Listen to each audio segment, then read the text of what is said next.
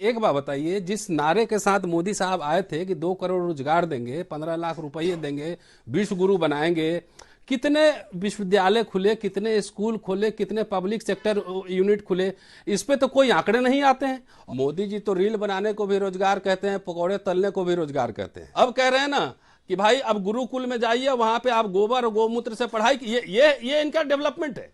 Development को redefine कर रहे हैं। अपने बच्चे इनके विदेश में पढ़ते हैं, वो सब हार्वर्ड, ऑक्सफोर्ड, कैम्ब्रिज में पढ़ते हैं। सरकार की सबसे बड़ी विफलता भी हमने जनता से पूछा है। बेरोजगारी 17%, बेकाबू आतंकवाद, कई जगहों पर हुई घटनाएं 9% लोग, आर्थिक विकास 9%, विफलताओं में सांप्रदायिक हिंसा और अल्पसंख्यकों में भय, ये 5% लोगों ने कहा है। महिला सुरक्षा 3% लोग कह रहे हैं। ये आपके लिए बहुत बड़ा चैलेंज है गौरव जी। 18 एम्स हमने 11 साल में खोल दिए। मेडिकल कॉलेज की संख्या 2014 तक 385 थी, अब 693 2022 तक हो गई।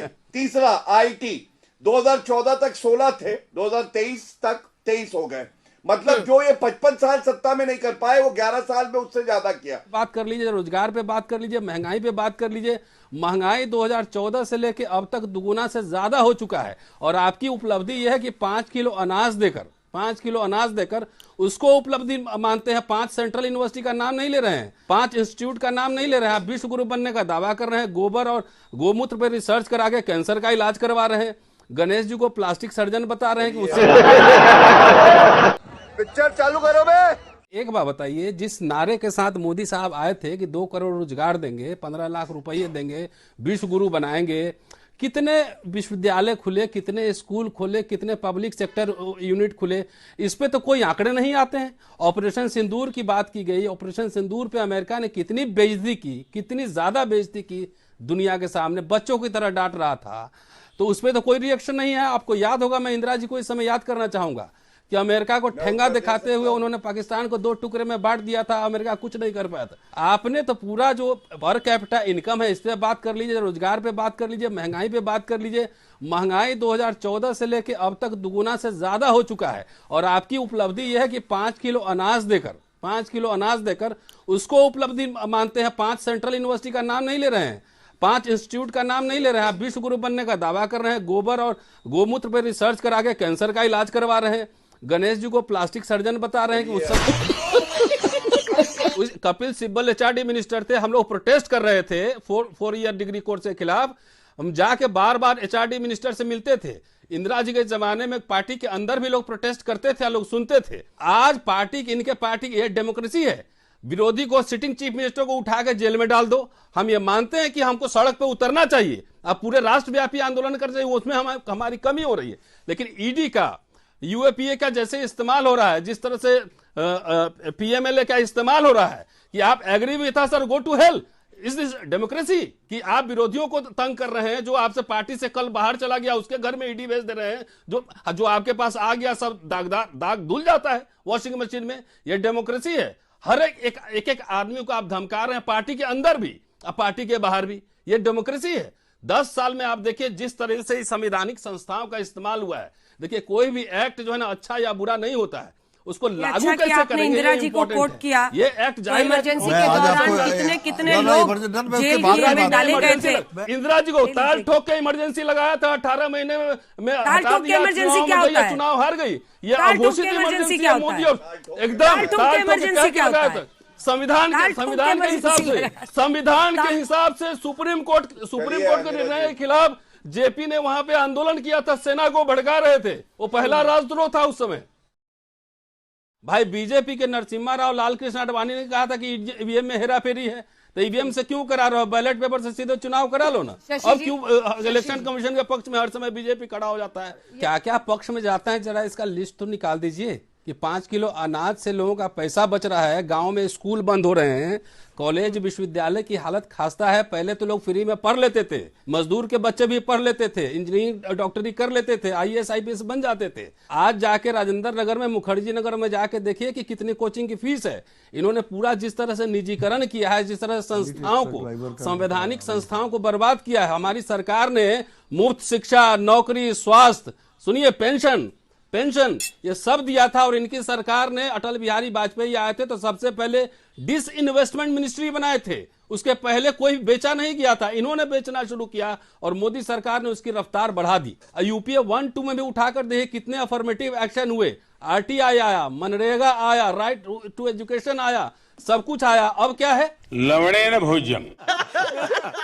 अब कह रहे हैं ना कि भाई अब गुरुकुल में जाइए, वहां पे आप गोबर और गोमूत्र से पढ़ाई, ये इनका डेवलपमेंट है। डेवलपमेंट को रीडिफाइन कर रहे हैं। अपने बच्चे इनके विदेश में पढ़ते हैं, वो सब हार्वर्ड, ऑक्सफोर्ड, कैम्ब्रिज में पढ़ते हैं, और यहाँ ही खाली सिर्फ धर्म की चाशनी चसाते हैं कि धर्म की रक्षा तुम करो और हम रहेंगे 5 स्टार होटल में।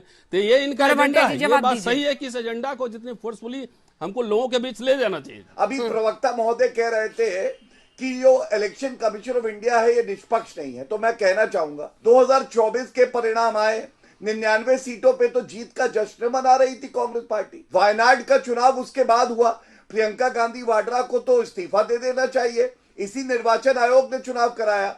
रेवंत रेड्डी, सुक्खू जी और सिद्धारमैया ये इस्तीफा क्यों नहीं देते? निर्वाचन आयोग तो वही था। वजह क्या है? ये लोग भूल जाते हैं कि इनके समय में अनाज सड़ता था। सर्वोच्च न्यायालय कहता था अनाज सड़ रहा है, गरीबों में बांट लीजिए। 10 दिन का गोला बारूद था। रफेल 10 साल तक ला नहीं पाए थे, 36 रफेल ला के नरेंद्र मोदी जी ने दिखाया। और साथ में नौकरी की बात कर रहे हैं, ईपीएफओ डेटा आया, 18 करोड़ नए अकाउंट ईपीएफओ में 2024 में हमने रखा।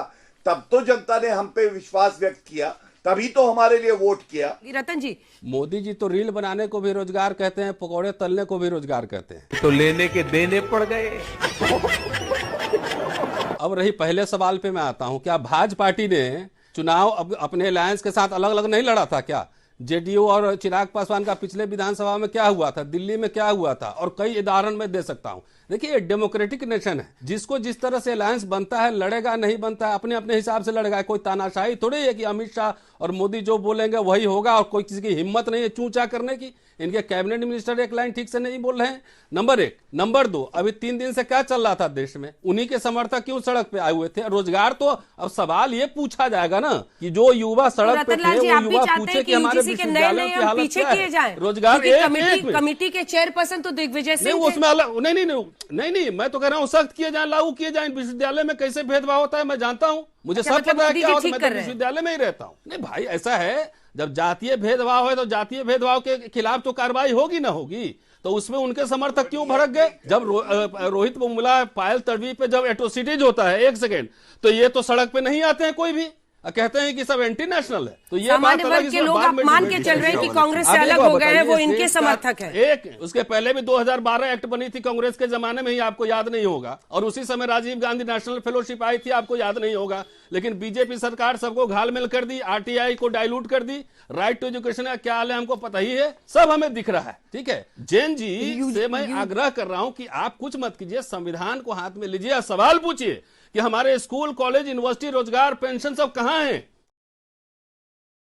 जुम करो। ये सवाल आप करिए, नौकरियां, पब्लिक सेक्टर यूनिट कहां है? मैं बार बार कह रहा हूं कि 14 के बाद से भाटिया साहब ये बताएं कि कितने विश्वविद्यालय, research centre, public sector university खोले हैं। इनकी स्थिरता सिर्फ अडानी के लिए है, अडानी के लिए है इनकी स्थिरता। आम जनता के वेलफेयर के लिए कितने अस्पताल का मैं डेटा दूं क्या हालत है? बुरी हालत है। तो ये पूरे इनके फार्स आंकड़े रहते हैं, इमोशन पे हिंदू मुसलमान करना, इमोशन पर खेलना, रिलीजियस टूरिज्म करना। तो मैं तो चाहता हूं कि इनके बच्चे भी गुरुकुल में पढ़े, इनके बच्चे हिंदी स्कूल में पढ़े, अंग्रेजी स्कूल में नहीं पढ़े।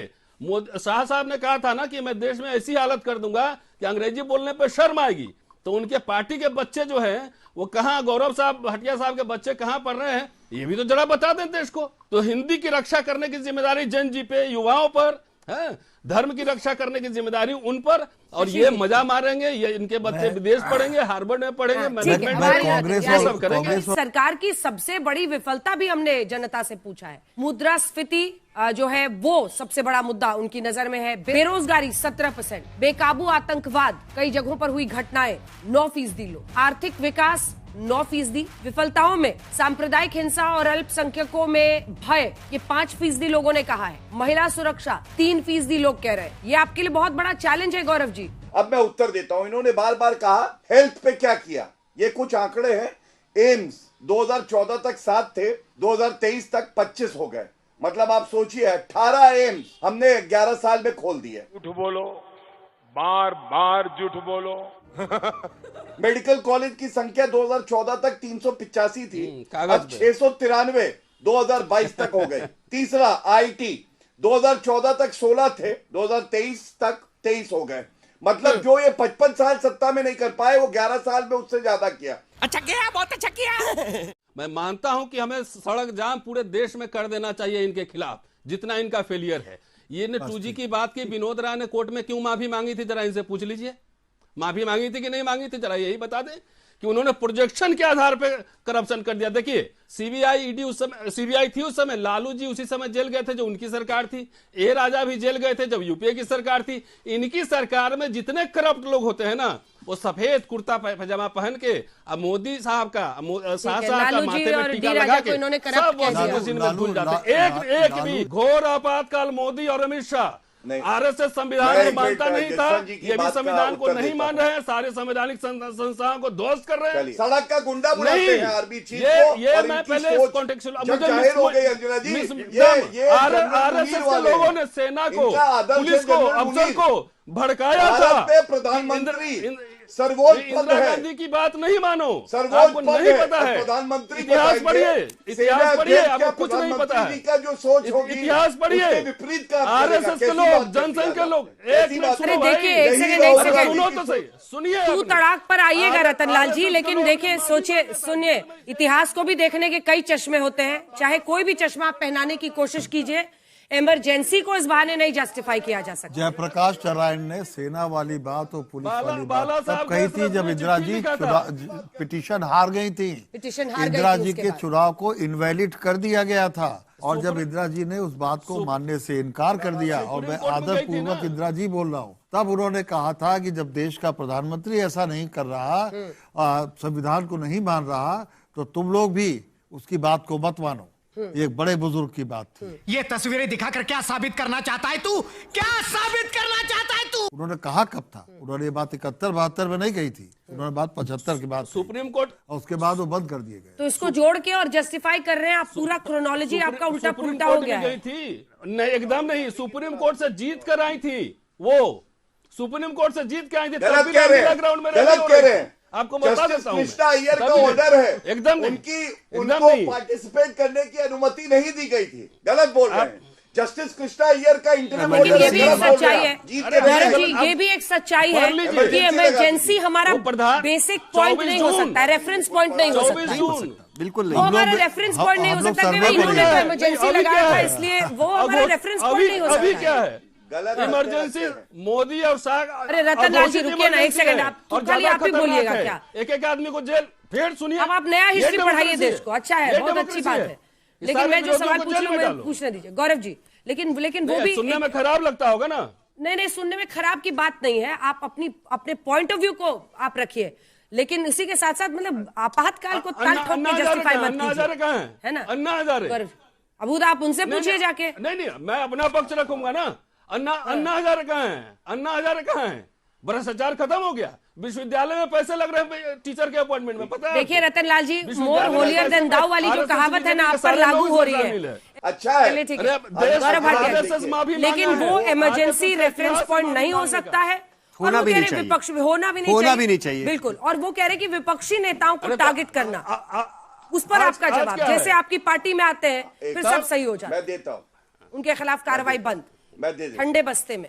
हाँ, मैं दे अघोषित इमरजेंसी आई। अंजना जी, जो यहाँ वरिष्ठ पत्रकार बैठे हैं, अच्छा, और आपसे मैं बिल्कुल सहमत हूँ। आपातकाल कोई रेफरेंस पॉइंट नहीं हो सकता। इंदिरा गांधी ने गलती करी थी इसलिए हम भी गलत करेंगे, ये हमारा रेफरेंस पॉइंट है भी नहीं।